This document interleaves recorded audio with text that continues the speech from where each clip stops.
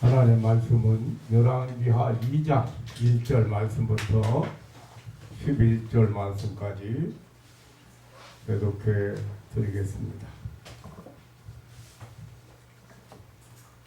여호와께서 회리바람으로 엘리야를 하늘에 올리고자 하실 때에 엘리야가 엘리사로 더불어 길갈에서 나가더니 엘리야가 엘리사에게 이르되 청컨대 너는 여기 머물라 여호와께서 나를 베델로 보내시느니라. 엘리사가 가로되 여호와의 사심과 당신의 혼의 삶을 가리켜 맹세하노니 내가 당신을 떠나지 아니하겠나이다. 이에 두 사람이 베델로 가니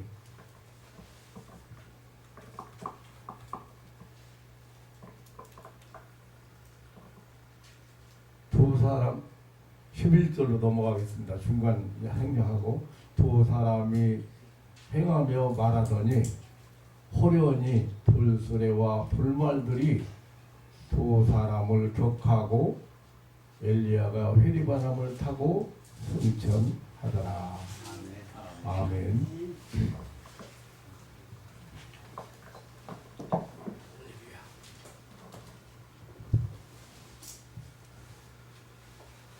오늘 본문은 엘리야 선지자의 그 영광스러운 그 최후의 모습을 소개하고 있습니다. 하나님께서 세상 모든 사람이 당하는 죽음을 보지 않고 하늘로 옮겨가시는 영광스러운 모습을 보여주고 있습니다. 하나님께서 회리바람으로 엘리야를 하늘과 하늘들의 하늘로 올려 가셨다고 했습니다. 하나님은 엘리야 선지자의 최후를 준비하셨습니다. 하나님은 엘리야로 하여금 이 사실을 알게 하셨고 엘리야 선지로 하여금 마지막을 준비하게 하셨습니다. 그가 사역하던 곳을 순방하게 하셨고 그리고 그가 행하던 선지자 그 교육을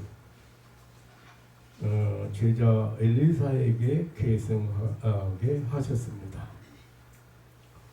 사랑하는 성도 여러분, 오늘 우리는 엘리야 선지자의 승천 광경을 보면서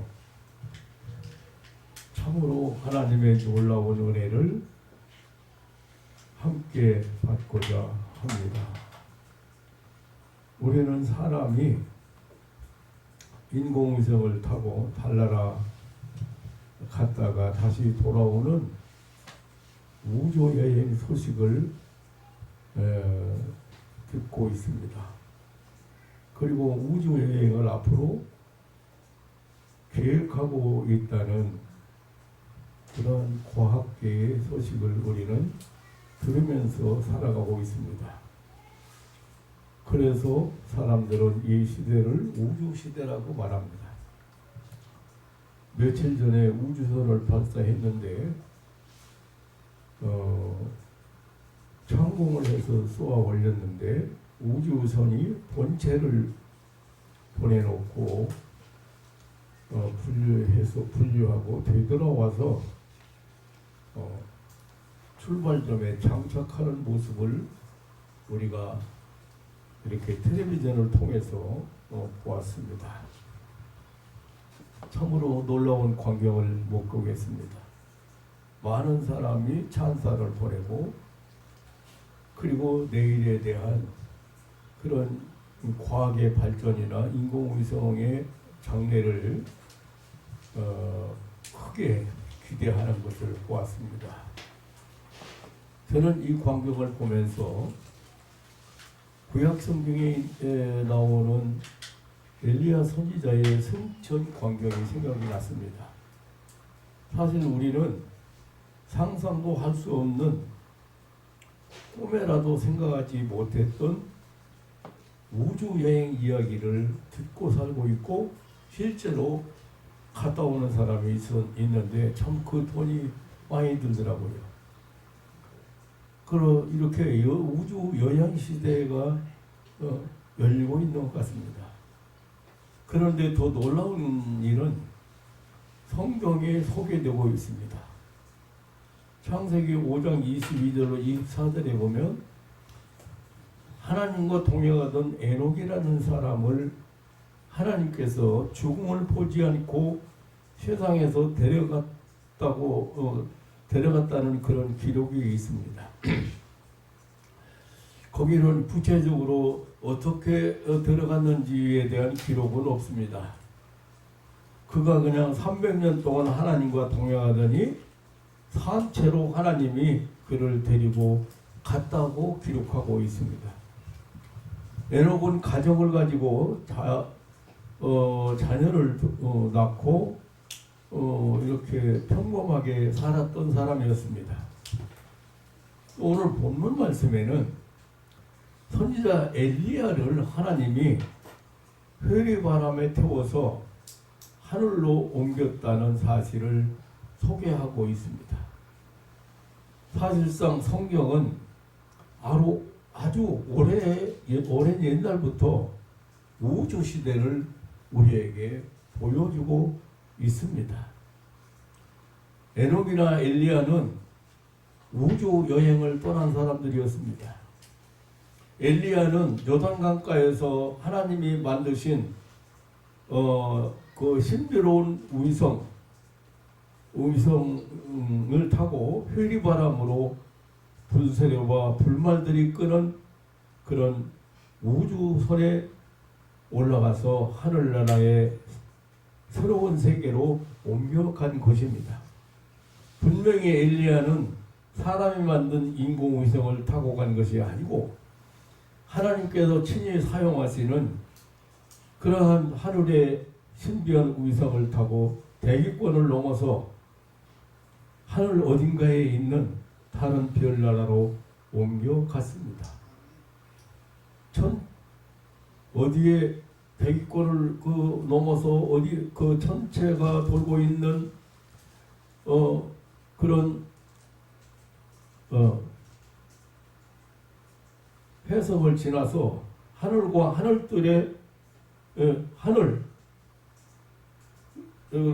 그러한 다른 어떤 세계로 분명히 옮겨갔다고 오늘 소개하고 있습니다.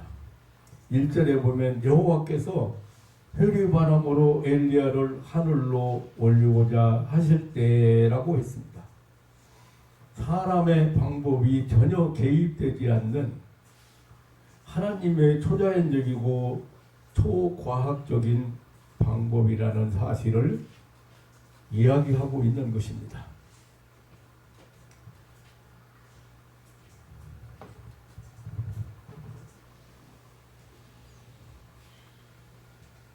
그런데 이 사건은 사실상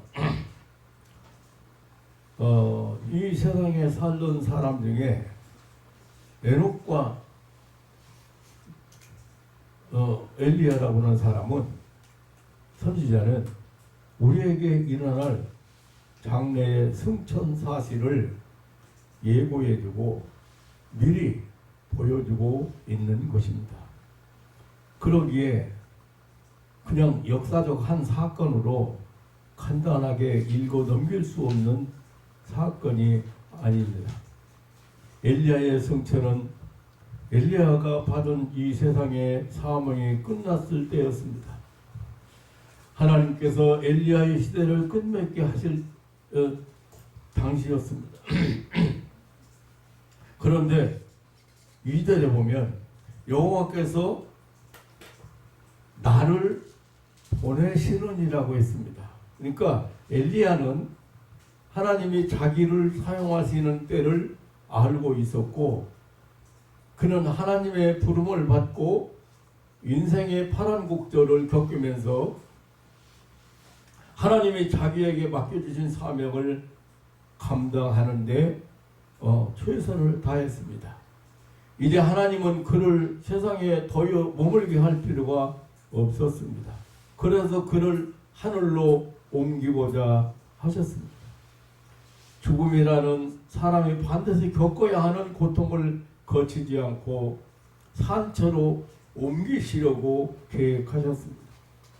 엘리야 선지자는 사명에 충성을 다했고 담대하고 참으로 끈질기게 사역을 감당하다가 이제 풀솔에 불말을 타고 하늘로 올라간 것입니다. 참으로 감격스럽고 아름다운 마지막 모습이었습니다. 하나님은 그에게 세상을 떠날 준비를 하게 하셨습니다.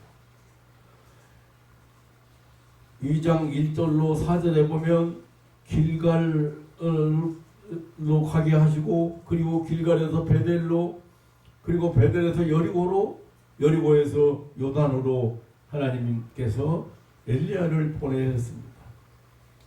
그래서 성천 직전에 엘리야 선지자는 자신이 경험하고 있던 그 선지 학교를 마지막으로 순방하게 하셨습니다.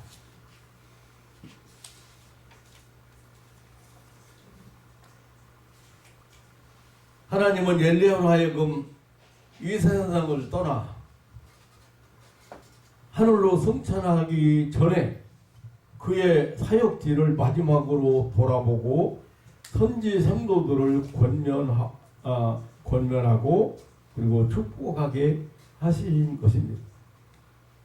여러 곳에서 진리를 배우던 당시 선지 성도들도 모두 하나님께서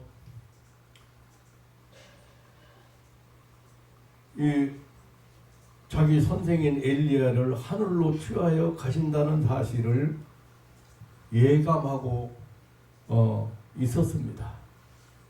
또한 아무래도 그 엘리야가 그런 본인이 알고 있는 자기 그 일생의 마지막을 선지 생도들에게도 가르쳤으리라고 생각이 됩니다. 또한 하나님은 엘리야로 하여금 그의 선지자 교육 사역을 제자 엘리사에게 계승하도록 했습니다. 엘리야의 그 제자 엘리사도 여호와께서 그 시점에 회리바람으로 엘리야를 하늘로 올리고자 한다는 사실을 이미 알고 있었습니다. 아마 분명히 엘리야가 그 엘리사에게도 자기의 마지막을 알린 것 같습니다. 그래서 엘리사는 떠나는 엘리야를 놓치지 않고 결사적으로 따라왔습니다. 엘리사가 여기서 너를 기다리라고 할 때마다 엘리야가 엘리사에게 기다리라고 할 때마다 나는 절대 너는 선생님을 따라가겠다 맹세하면서 뒤를 따른 사실을 볼 수가 있습니다. 엘리야와 엘리사 두 사람은 요단을 건너기까지 동행했습니다. 요단강가에서 엘리야는 겉옷을 취해서 물을 쳤고 요단강 물이 갈라져서 두 사람은 육지처럼 요단강을 건넜습니다. 이것은 엘리야가 하나님의 사역을 감당하고 있다는 그의 선지자적인 어떤 권위, 그런 권위의 상징이었습니다. 그때 요단강 물이 갈라진 것은 엘리야가 하나님의 참 선지자임을 입증해주는 하나님의 능력의 표징이었습니다. 모세가 홍해를 건널 때에는 그의 지팡이를 사용했습니다. 여호수아가 요단강을 건널 때에는 하나님의 법궤를 앞세워서 갔습니다. 모세의 지팡이나 여호수아가 앞세운 법궤 그리고 엘리야의 두루마기는 그 자체에 무슨 능력이 있는 것이 아니고 하나님의 권능을 나타내는 그런 도구요 수단으로였음을 보여주는 것입니다. 하나님의 기적으로 요단강을 건너온 엘리야 선지자는 엘리사에게 말했습니다. 9절에 보면 내가 너에게 어떻게 할 것을 구하라. 너 이렇게 나를 끝까지 따라왔는데 무엇을 원하는가? 그런 얘기겠지요. 그래서 엘리사가 가로되 당신의 영감을 갑절이나 내게 있기를 구하나이다. 엘리사는 이 갑절의 영감, 다시 말하면 하나님의 성령을 구했습니다. 엘리사는 다른 선지생도보다 배나 더한 하나님의 능력이 필요하다고 생각했던 것 같습니다. 엘리야가 두고 가는 학교를 물려받으면서 부족함을 많이 느낀 것 같고, 그리고 엘리야처럼 감당하기 위해서는 성령의 역사가 아니고는 안 된다고 생각했던 것 같습니다. 엘리야가 남겨두고 가는 여러 선지학교 교육에도 하나님의 성령의 능력이 필요하다고 생각했습니다. 그 시대에 이 세상에서 승리하는 데에도 하나님의 성령이, 하나님의 역사가 필요하다고 생각한 것입니다. 자기 선생 엘리야가 그의 시대를 승리로 이끌었던 결정적인 비결이 하나님의 영감, 다시 말하면 하나님의 성령의 역사라고 생각했기 때문입니다. 이때 엘리야는 내가 어려운 일을 구하는도다 라고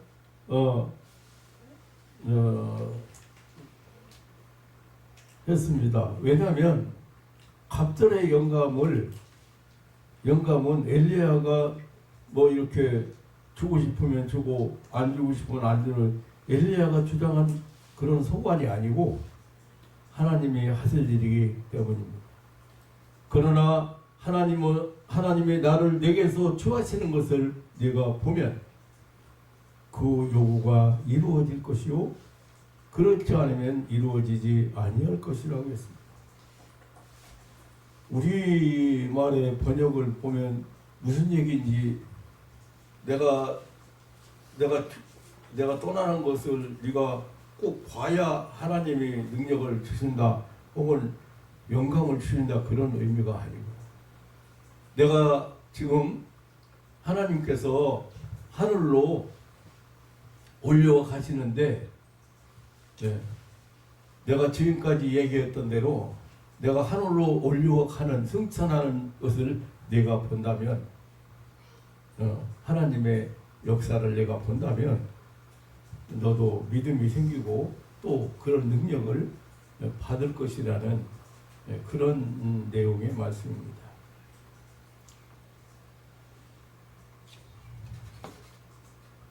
이것은 엘리야의 믿음이었습니다. 이제 엘리야는 요단 건너편 강가에 섰습니다. 이 요단강을 건너면 가나안이 있잖아요. 영적으로 보통 요단강을 죽음의 강이라고 비유를 하지요. 그래서 요단강을 건너면 천국이 있다고 우리는 말합니다. 지금 엘리야는 이 요단강을 하나님의 그 능력으로 건넜습니다.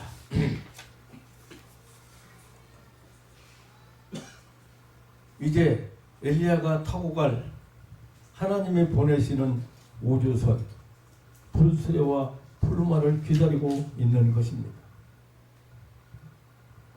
하나님께서 보내주신 이 불수레와 푸르마를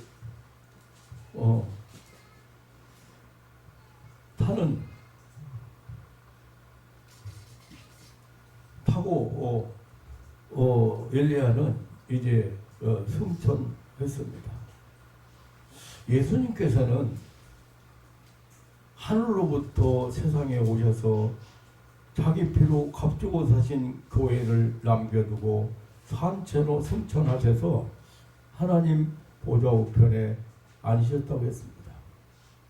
지상의 모든 교회는, 즉 우리 성도들은 언젠가 하늘로 들림받을 영화로운 승천을 소망하고 있습니다. 예수님의 승천을 바라보면서 예수님의 승천 사건을 믿으면서 우리도 하늘로 들림받을 영화로운 그런 승천을 소망하고 있는 것입니다. 지금은 개인적 종말을 맞이한 영혼들이 요단을 건너서 하나님 앞으로 가고 있습니다. 그러나 마지막 날에 우리는 이 우주적 승천이 약속되어 있습니다. 영원히 사는 영생의 몸으로, 영원히 죽지 않는 몸으로 완전한 사람으로 승천할 약속이 있는 것입니다. 이 엄청난 승천의 약속을 믿고 소망 중에 세상을 살아가는 자들이 바로 우리 성도들인 것입니다. 사랑하는 성도 여러분, 지금 우리는 하나님의 사람 엘리야 선지자가 승천하는, 다시 말하면 죽음을 보지 않고 천국으로 들림받는 아주 신령한 비밀을 알려주는 말씀을 보고 있습니다. 참 우주 여행 시대는 하나님께서 열어주신다는 그런 계시의 우주 시대를 하나님께서 열어주신다는 그런 계시의 말씀을 우리는 보고 있습니다. 그것은 하나님께서 엘리야를 하늘로 올리우신 일입니다. 그리고 하나님의 불수레와 불말을 그리고 회리바람으로 승천시킨 사슬입니다. 이런 모습을 가만히 이렇게 살펴보면 지금 사람들이 만드는 이 인공위성을 발사할 때의 그 모양하고 좀 비슷하지 않아요? 예. 화력의 힘을 타고 올라가잖아요? 예. 그리고 그 화력의 힘 때문에 그 몇 킬로까지 사람이 가까이 가지도 못하고 그 얼마나 그 바람 폭풍이 심합니까? 그런데 이런 모습들을 몇천 년 전에 지금 엘리야의 승천 모습에서 현재 인공위성 쏘아 올리는 것을 보면서 연상을 해볼 수가 있었습니다.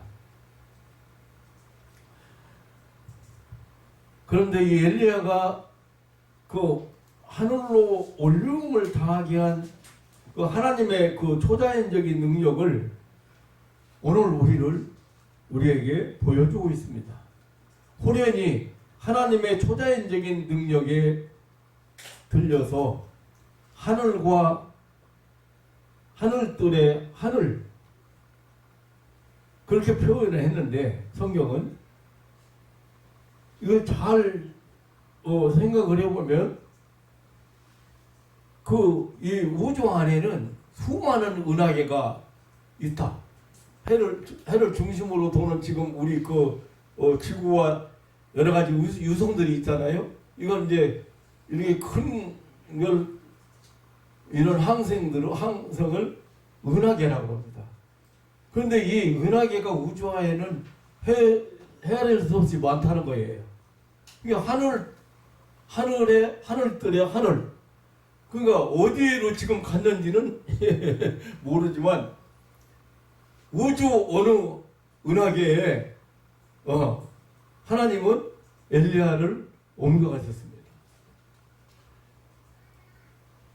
근데 그 나라는 영원한 나라잖아요. 영원한 나라. 육신을 벗고 수고와 고난과 한이 많은 세상을 뒤로하고 승리의 계산을 한 것입니다. 중요한 것은 엘리야가 하나님의 은혜로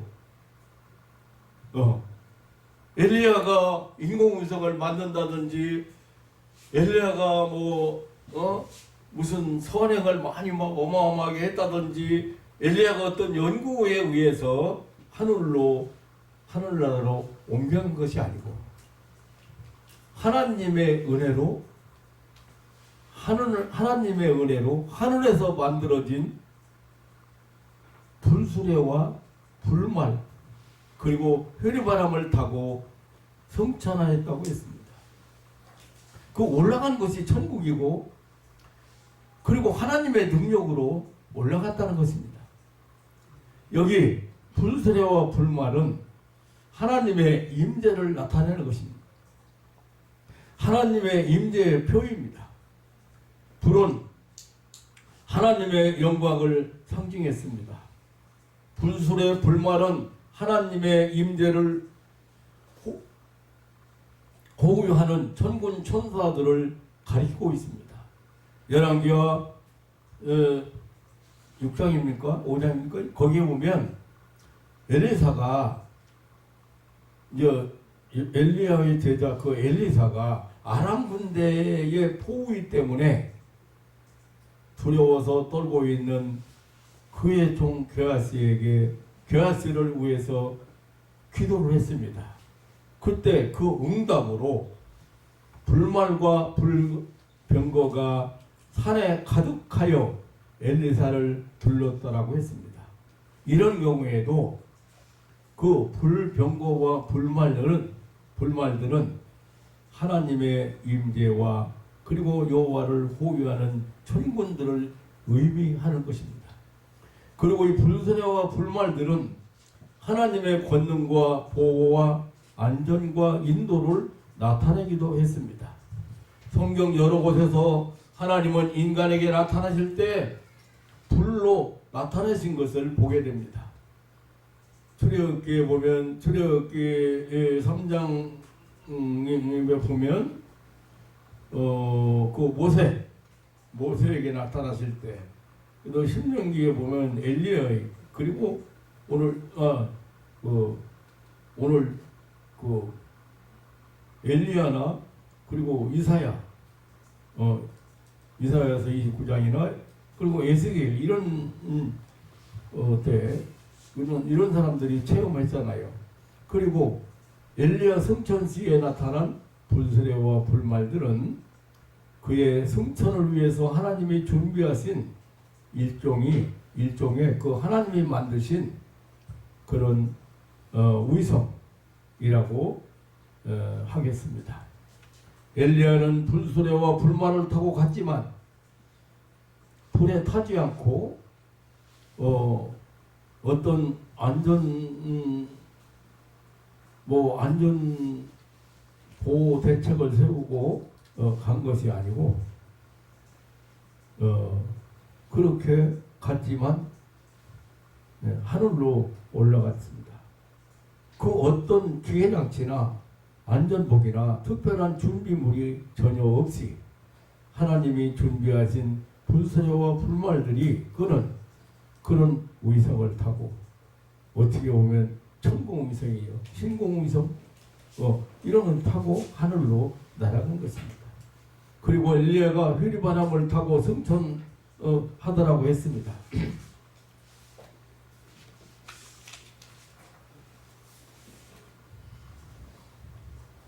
엘리야를 이 세상에서 하늘로 들어 올린 힘은 회리바람이라고 하는 하나님이 사용하신 바람, 폭풍이었습니다. 엘리야가 하늘과 하늘들의 하늘로 우주 비행을 하는데 그를 하늘로 들려 올린 그 힘은 사람이 만든 어떤 로켓의 힘이 아니라 하나님의 초능력이라는 하나님의 그런 우리가 이해할 수 없는 그런 하나님께서 만드신 그런 힘이라고는 사실입니다. 성경에는 이 회리바람도 하나님의 권능을 표시하는데 사용한 것이 많습니다. 그 파괴력이라든가 신속성이라든가 그리고 하나님의 진노라든가 형벌 등을 상징하기도 했습니다. 잠언서나 이사야서나 예레미야서나 에스겔서 이런 데에 이 바람 얘기가 흔히 이제 나오는데 하나님의 그 초월적인 그런 힘, 하나님의 진노, 이런 형벌 이런 것들을 상징하고 있는 것을 볼 수가 있습니다. 근데 이 회리바람을 타고 하늘로 올라갔다는 말은 하나님이 사용하신 바람의 그 추진력을 받으면서 승천했다는 말입니다. 엘리야 승천의 영광을 불술의 불말들 그리고 회리바람으로 표시하고 있습니다. 여기서 말하려고 하는 것은 사람의 힘이 아니고 만유 인력의 힘이 아니고 하나님의 초자연적인 하나님의 초능력이라고 하는 사실입니다. 그리고 엘리야가 간 곳이 하늘과 하늘들의 하늘, 즉 지구가 있는 그런 은하계가 아니고 우주 어느 곳에 있는 그런 하늘. 사람들은 지금 지구의 그 종말을 예견하고 다른 어떤 별로 옮겨갈 수 없을까? 다른 우주 어느 별로 혹시 생명체가 있는 곳이 없을까? 그래서 많은 사람들이 열망하고 또 많은 과학자들이 연구하고 있는 그런 시대입니다. 그런데 인간이 아직 찾지 못했잖아요. 발견하지 못했잖아요. 그런데 오늘 성경은 하늘과 하늘들의 하늘 어느 곳으로 엘리야를 하나님께서 옮겨가신 사실을 지금 보여주고 있습니다.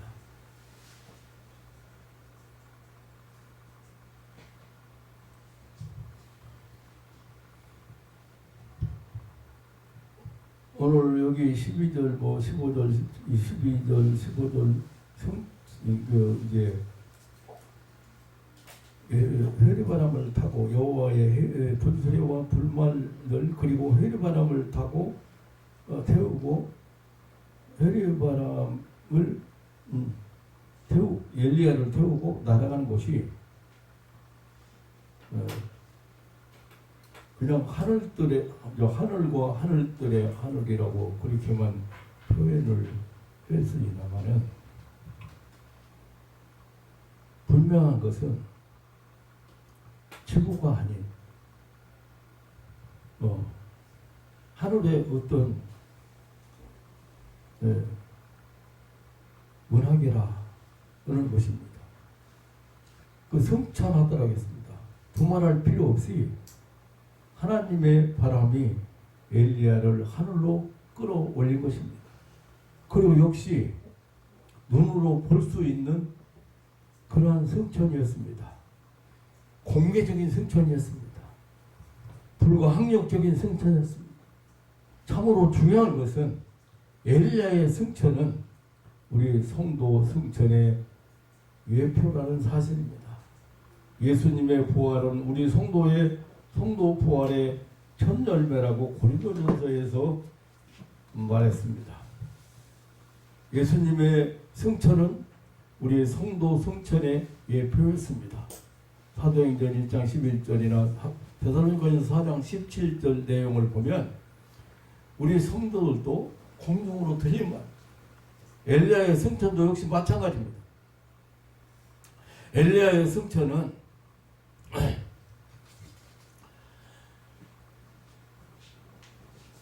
우리 성도들에게 큰 소망과 위로가 되는 것입니다. 그냥 우리는 한 사건으로 이렇게 읽을 때마다 이런 일도 있었다 이렇게 생각하고 대수롭지 않게 넘겨버릴 때가 많이 있었습니다.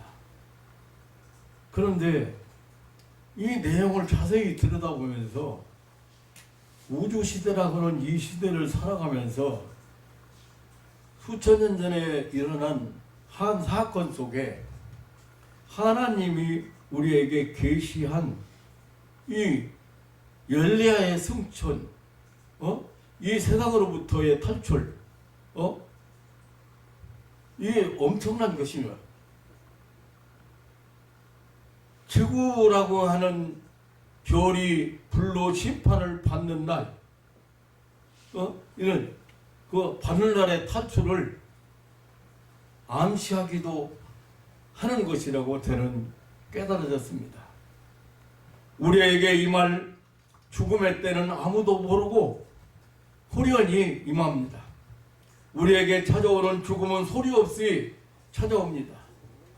불가피하게 임하는 엄숙한 사건이라는 사실입니다. 하나님의 불소리와 불말들이 호련히 나타나 엘리사와 엘리야를 갈라놓았습니다. 엘리사만 남겨두고 해리바람으로 엘리야는 하늘로 옮겨가 버렸습니다. 오늘 우리에게 임하고 있는 엄숙한 이별의 순간들을 알려주고 있습니다.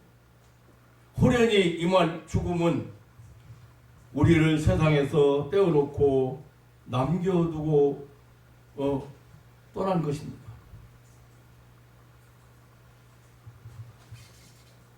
저는 이제 나이가 들어가면서 개인적인 종말에 대해서 생각을 해보지 않을 수가 없어요.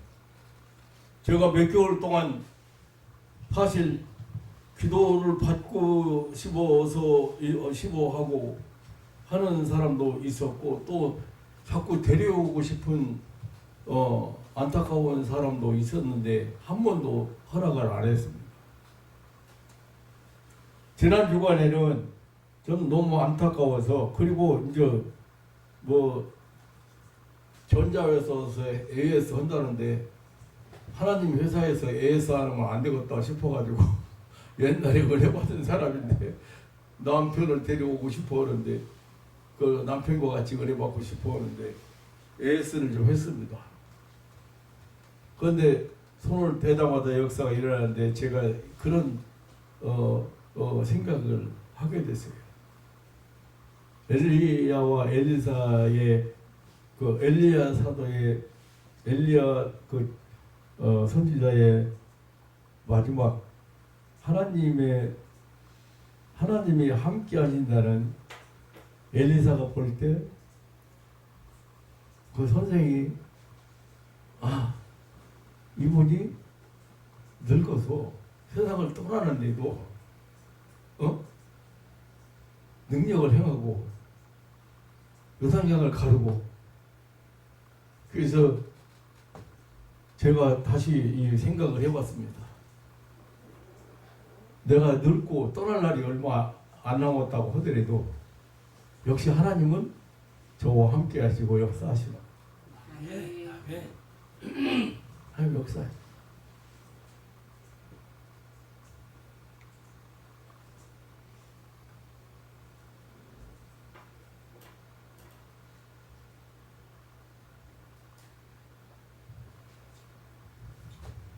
엘리야의 승천은 우리 성도들이 승리로 가는 길임을 보여주고 있습니다.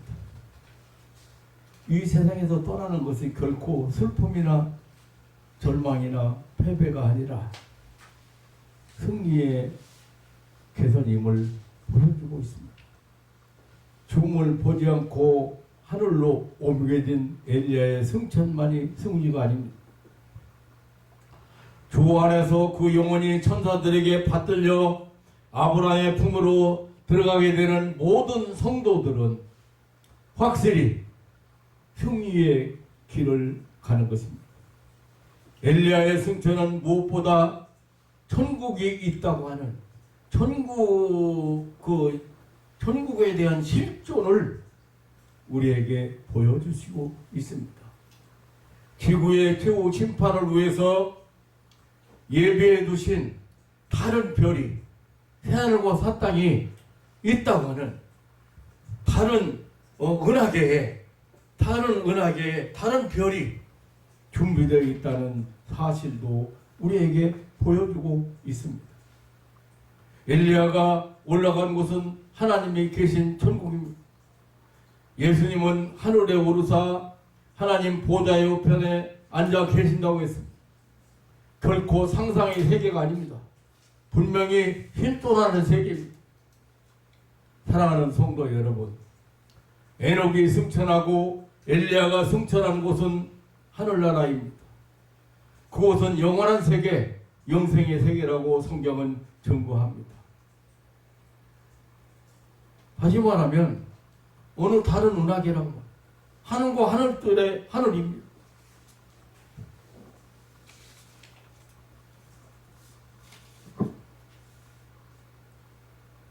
과학자들이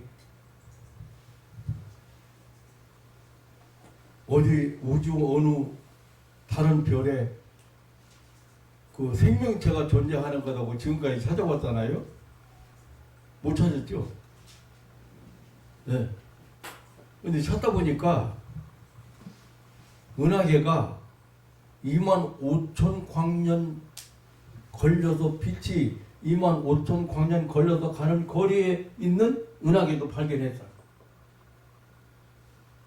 그런데도 아직 사람이 살 수 있는 사람이 아니라도 어떤 생물체가 살고 있는 별을 발견하지 못했습니다. 세상 학문, 세상 과학, 세상 지식이 대답할 수 없는 내세 문제나 천국 문제나 영생 문제, 성경은 확실하게 대답을 합니다. 예수님은 분명하게 그리고 확실하게 대답해 주셨습니다. 예수님은 말씀하셨습니다. 요한복음 14장 염려하지 말라고 말씀하시면서 내가 아버지께로 가는데 아버지께로 가면 내가 다시 와서 너희도 나 있는 곳에 있게 하려고 말씀하셨어요.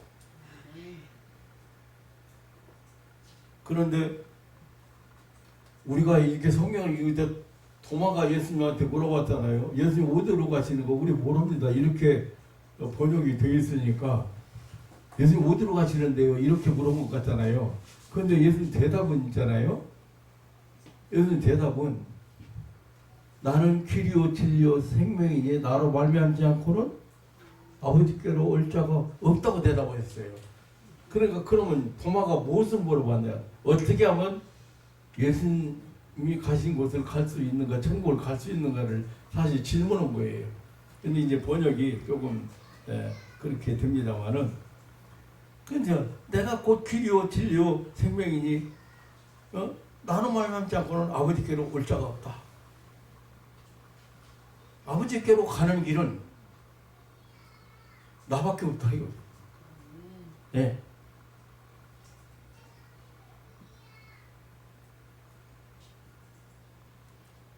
사도행전 16장 31절에 주 예수를 믿으라 그리하면 너와 네 집이 구원을 얻으래. 요한복음 3장 1절에 하나님이 세상을 이처럼 사랑하사 독생자를 주셨으니 저를 믿는 자마다 멸망치 않고 영생을 얻는 자 있습니다. 요한복음 10장 28절에 내가 저희에게 영생을 주노니 영원히 멸망치 아니할 터요 또 저희를 내 손에서 뺏을 자가 없는 자 있습니다. 인간의 지식의 발달로 과학은 사람이 시간과 공간 세계를 벗어나고 그 제한을 뛰어넘어서 우주 도시를 건설하고 우주에서 생활을 할 수 있으리라고 꿈꾸고 있습니다. 우주선을 타고 우주 공간에서 궤도를 돌면서 서로 만나고 이야기하고 필요한 연료를 공급받고 속도와 어떤 위치를 조정할 수 있다고 하고 있습니다. 그런데 성경은 이미 오래전부터 천국을 실제로 나타내주고 있다는 사실에 우리는 놀라지 않을 수가 없습니다. 그리고 장차 우리 성도들에게 이루어질 승천과 영생을 말하고 있다는 사실에 우리는 감격하지 않을 수가 없습니다. 사랑하는 성도 여러분, 하나님이 창조하신 모든 피조물 가운데 가장 존귀하게 지음받은 것이 사람입니다. 사람은 하나님의 형상대로 지음받았습니다. 하나님은 인간에게 우주 만물을 개발할 지적 능력이나 어떤 피조물이 갖지 못하는 특수한 능력을 사람에게 주셨습니다. 우주 만물을 다스릴 왕족 권위도 주셨습니다. 그것들을 하나님께 바칠 그러한 제사적 축복도 하셨습니다. 그리하여 사람은 이 축복의 직능을 가지고 땅과 바다와 하늘을 관장할 사명도 주셨습니다. 더욱이 사람은 죽지 않고 영생하는 존재로 만들어 주셨습니다. 그런데 죄로 인하여 이러한 축복들을 상실해 버리고 하나님과의 관계가 끊어져 버린 것입니다. 이것이 영적인 죽음이라고 성경은 말합니다. 다음에 우리 육신까지 죽음을 보게 된 것입니다. 그럼에도 사람들에게는 살고자 하는 욕구가 남아있습니다. 그래서 영생을 추구하고 있는 것입니다. 우주 과학이 우주 정복을, 생명과학이 어떤 유전자 생명공학이 그 세포 연장을 추구하고 있습니다. 사람들은 이런 과학에 희미하게나마 희망을 걸고 있습니다. 그러나 성경은 이러한 생명운동, 영생운동은 인간들이 이해할 수 있는 일이 아니고 인간들이 만들어낼 수가 있는 것이 아니고 하나님의 주권적 운동이라고 하셨습니다. 이 영생은 하나님께서 그 아들 예수 그리스도를 세상에 보내어서 시작한 일이라고 했습니다. 사람이 영육간의 죽음을 만난 것은 죄 때문이라고 했습니다. 죄의 값은 사망이라고 했습니다. 죄로 인하여 저주를 받은 인간이 지식이나 자연이 과학이 영생을 약속할 수가 없다는 사실입니다. 죄 문제가 해결되면 곧 영생을 얻게 됩니다. 바로 이것이 예수님께서 우리의 범죄를 위하여 사망의 값을 지불한 일인 것입니다.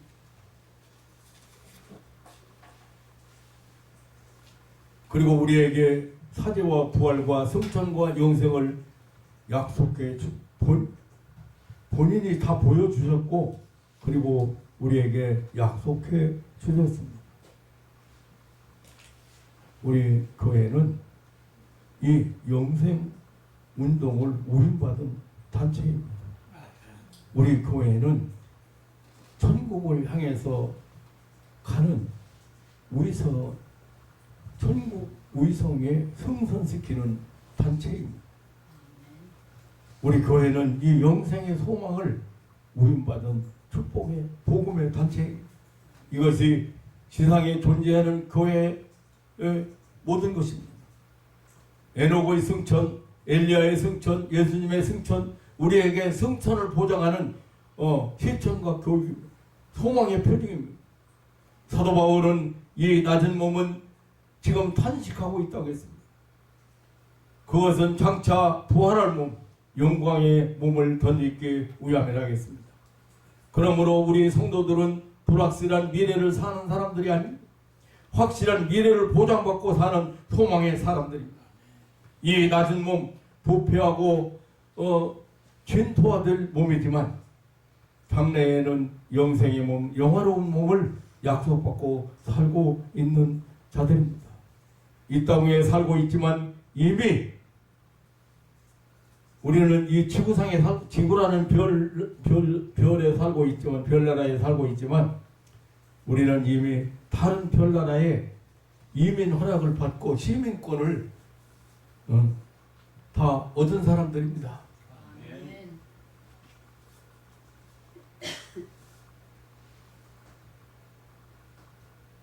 빌립보서 3장 20절로 21절에 보면 오직 우리의 시민권은 하늘에 있는지라 거기로서 구원하는 자 곧 주 예수 그리스도를 기다리노니 그가 만물을 자기에게 복종케 하실 수 있는 자의 역사로 우리의 낮은 몸을 자기 영광의 몸의 형체와 같이 변케 하시려 하겠습니다.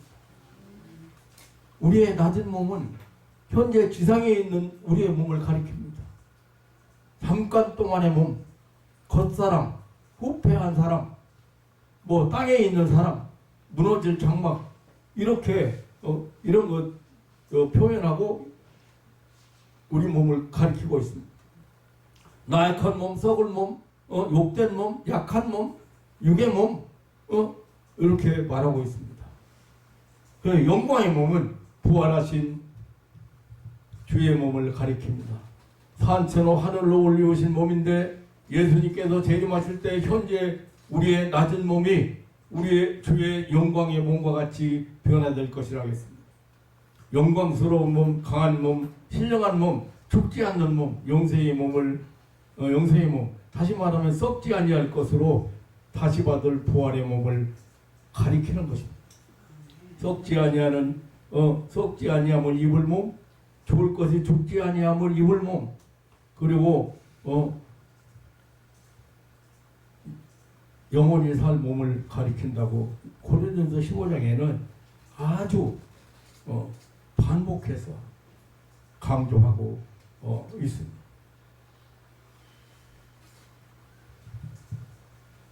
예수님께서 예수님의 재림의 나팔 소리를 들을 때 순식간에 부활하고 부활해서 변화될 영화로운 몸 말하고 있습니다.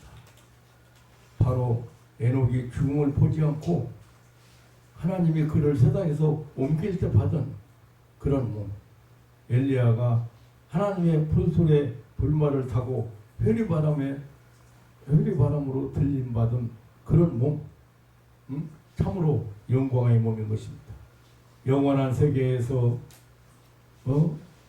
삶을 우리가 받을 때, 영생을 받을 때 완전한 시공을 초월하는 부활의 몸, 영광의 몸으로 우리는 변화될 것입니다.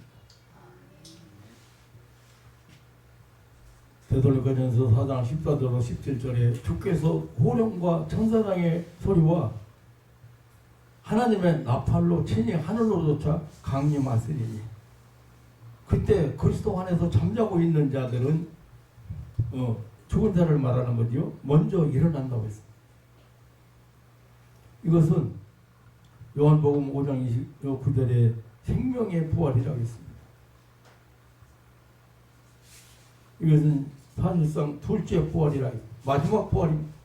그 다음에 살아남아 있는 자들이 죽음을 보지 않고 저들과 함께 변화된 영화로운 몸, 죽지 않는 몸을 받을 것이라고. 그리고 예수님의 재림과 함께 죽은 자들과 함께 살아있는 자들이 영화로운 몸을 받은 즉시 구름 속으로 끌려올림을 당할 것이라 하겠습니다. 공중에서 주를 영접할 것이라 했습니다. 영광스러운 몸으로 공중으로 끌어올림을 당한 몸, 그리고 공중에서 주를 영접하는 몸. 그래서 우리가 항상 주와 함께 있으리라고, 주와 함께 항상 있을 곳이 바로 예수님께서 말씀하신 아버지의 집입니다. 각 나라와 족속과 백성과 방언에서 나오는 무리, 능히 셀 수 없는 무리, 또 유대인의 충만한 수와 이방인의 충만한 수를 합친 온 이스라엘의 충만한 합친 온 이스라엘에 충만한 수가 주와 함께 아버지 집으로 가게 될 것이라 했습니다. 구원받기로 작정된 아브라함의 영적 자손들이 하나님의 보좌 앞으로 나아가는 하나님이 만드신 우주 비행이 이루어질 것이라는 사실입니다. 바로 영원의 세계, 영생의 세계, 불사와 불멸의 세계입니다. 무죄의 세계요, 영생의 세계입니다. 사랑하는 성도 여러분, 인간의 과학이 발달이 절대로 우주 정복 시대를 가져오지 못할 것입니다.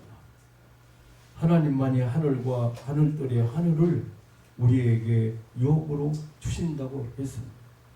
이것이 최후의 약속이고 믿음의 보장입니다.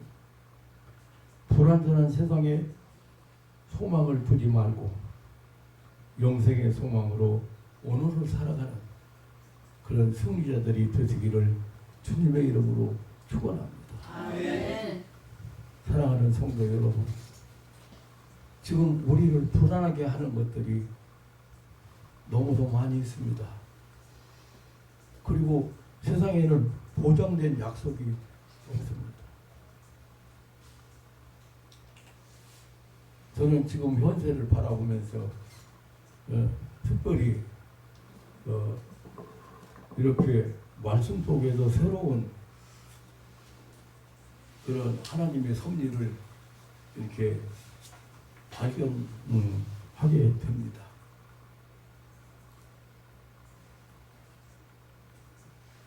왜 세상에 사사로운 일로 그런 쓸데없는 에너지를 소비합니까? 무엇이 그렇게 중요해서 사랑하는 남편을 버리고 사랑하는 아내를 버립니까? 무엇이 그렇게 대단해서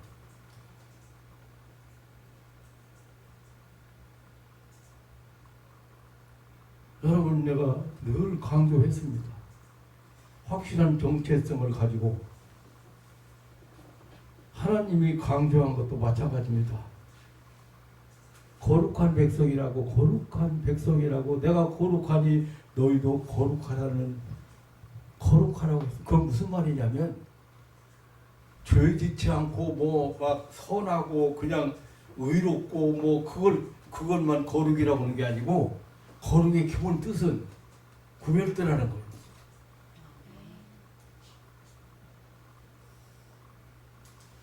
양반집 자식이요, 부모가 양반집 자식을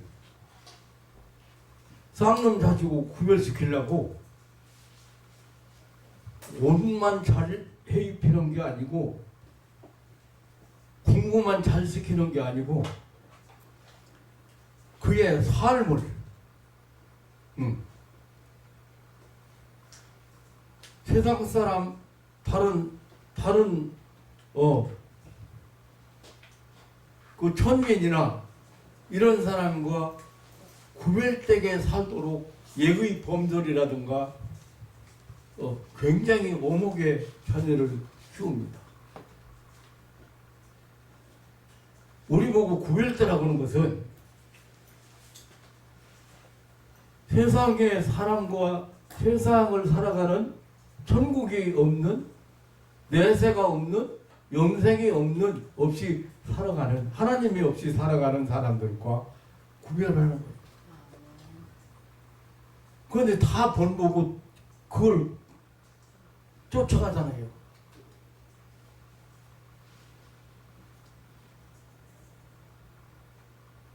저 사람 아파트 가졌으니까 나도 아파트 사야 돼.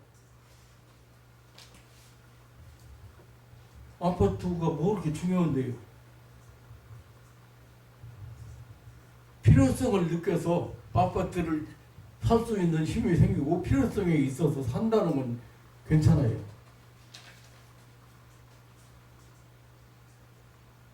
그런데 그 아파트 하나를 사놓고 내후관이 그 아파트 대금을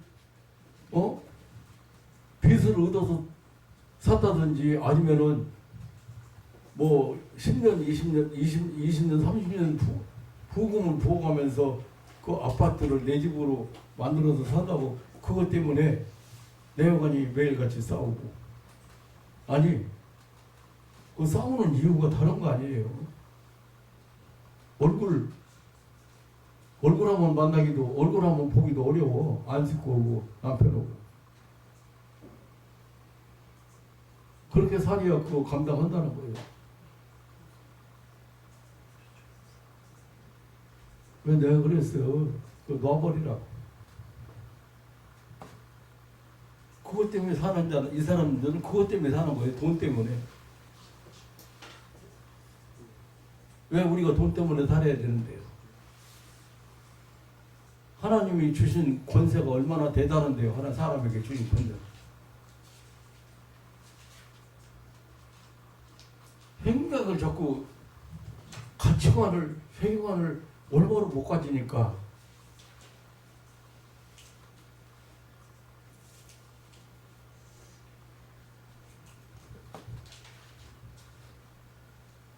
나는 하나님이 만들어 놓으신 우상을 타고 올라가는 엘리야의 모습을 보면서 다시 한번 많은 것을 깨닫게 되었습니다. 마지막까지 엘리야는 나는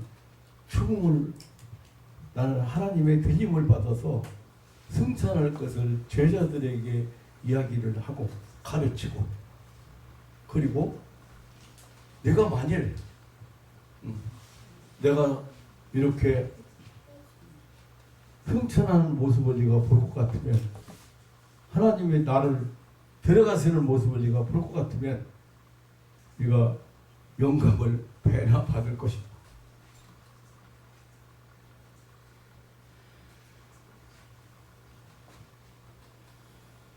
한 사건을 통해서 우리에게 주시는 교훈이 너무 많지만 너무 많지만 우리에게 자꾸 세상을 바라보게 하고 세상 것 때문에 불안하게 만들고 세상 것 때문에 세상 것 의지하다가 언제가 놓칠지 모르는 거예요. 근데 이 사람들 묵묵히 나이는 지금 60대가 돼가고요. 내가 보장이 안 됐다 이거야. 앞으로 삶이.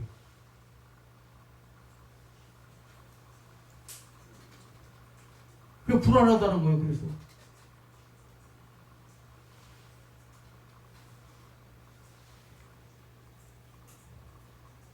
다른 사람들 사는 방식대로, 다른 사람들 사고 방식대로, 다른 사람들 가치관대로 변함없이 그냥 세대를 본받지 말라 했는데 본받아가지고 살면서 내가 삶을 못 누리면 하나님이 기뻐하시겠느냐 그 말이요. 사랑하는 자녀들을 그렇게 값주고 구별해서 하나님 나라로 옮겨놨는데 영원히 살 천국을 저 다른 별나라 만들어 놓고 거기 다 준비해 놓고 그거로 데리고 가려고 다 예비해 놓고 있는데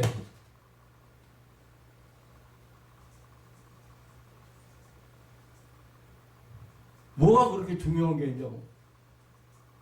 그 하나님이 그걸 보고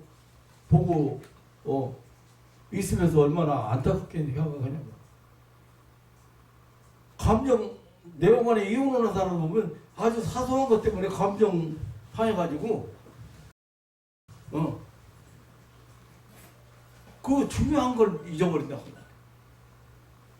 사람보다 더 중요한 게 어디 있어요? 생명보다 더 중요한 게 어디 있어요?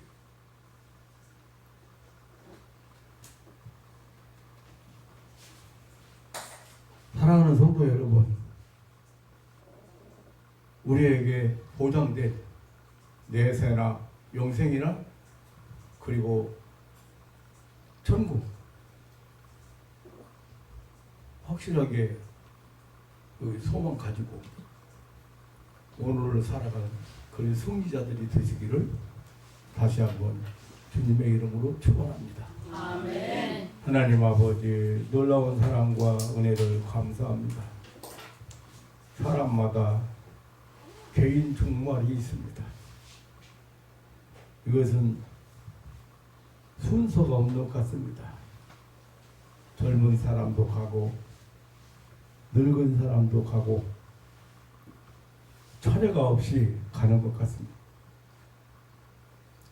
오늘 삶을 마무리하고 마지막 세상을 떠나는 하나님의 사람 엘리야의 승천 모습을 잠시 저희들에게 보여주시는 승천 모습을 통해서 많은 것을 저희들 깨달았습니다.